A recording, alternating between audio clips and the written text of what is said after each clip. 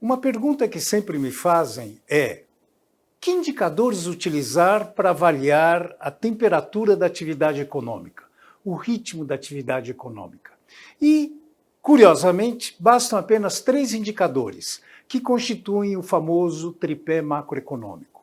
Que indicadores são esses? O mais importante de todos se chama inflação. A inflação, na verdade, é um indicador que mede como a política monetária está sendo conduzida no país. Então, à medida que nós temos uma inflação mais alta, significa que há um desequilíbrio entre oferta e demanda, consequentemente, isso acaba repercutindo sobre os preços. Então, a ação do Banco Central, nesse sentido, é justamente de arrefecer essa tendência de alta. Por quê? Porque o grande problema da inflação é que, ao longo do tempo, ele tira o poder de compra das famílias. E à medida que ele vai tirando o poder de compra das famílias, isso faz com que o orçamento das famílias se comprometa, dando condições cada vez menores de se consumir. E então isso acaba impactando na chamada demanda, consequentemente os preços arrefecem, mas tem um outro lado. As famílias não vão se sentir confortáveis vendo que a sua estrutura de consumo vai se encolhendo ao longo do tempo.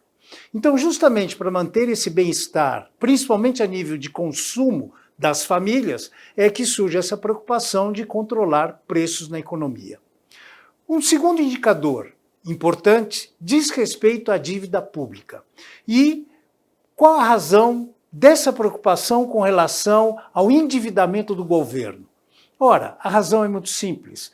À medida que o governo gasta mais do que ele arrecada, há necessidade de financiar esse excesso de gastos. E esse excesso de gastos é feito através da emissão de títulos públicos. E a curiosidade é que esse financiamento é feito através desses títulos públicos que são adquiridos pela sociedade. Ora, tudo bem, até esse ponto que a sociedade acabe aplicando seus recursos em títulos públicos, é uma garantia mais segura no que diz respeito à rentabilidade. Entretanto, no conceito macroeconômico, em tese, esse recurso é justamente o recurso que deveria estar sendo utilizado para investimentos no setor produtivo da economia. Então, à medida que o governo excede seu dispêndio e à medida que ele tem ou sente a necessidade de financiar esse excesso de gastos, menos recursos disponíveis acabam sobrando para investimentos no setor produtivo da economia. E um outro detalhe importante é que, à medida que esse endividamento aumenta, menor são os recursos disponíveis no caixa do governo para investimentos em infraestrutura. E quando a gente fala em infraestrutura, estamos falando basicamente de educação, saúde, mobilidade e segurança. O terceiro tópico, o terceiro item importante para se avaliar, diz respeito à taxa de câmbio. Por quê? Porque à medida que a confiança, principalmente do capital estrangeiro, diminui com relação ao nosso país, a tendência natural é que ele saia, elevando então a taxa de câmbio, ou seja, desvalorizando a moeda nacional. O grande problema dessa desvalorização da moeda nacional é que, à medida que a nossa economia é altamente dependente da importação, e principalmente importação de bens intermediários, isso acaba afetando custos de produção.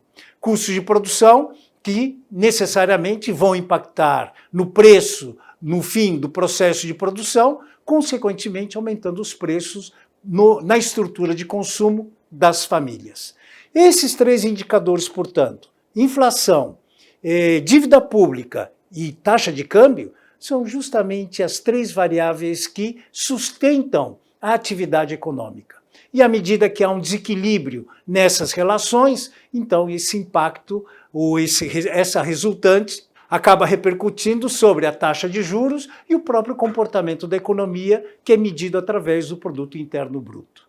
Então, basta monitorar esses 3 indicadores para que então a gente possa ter uma previsibilidade daquilo que pode acontecer nos próximos períodos.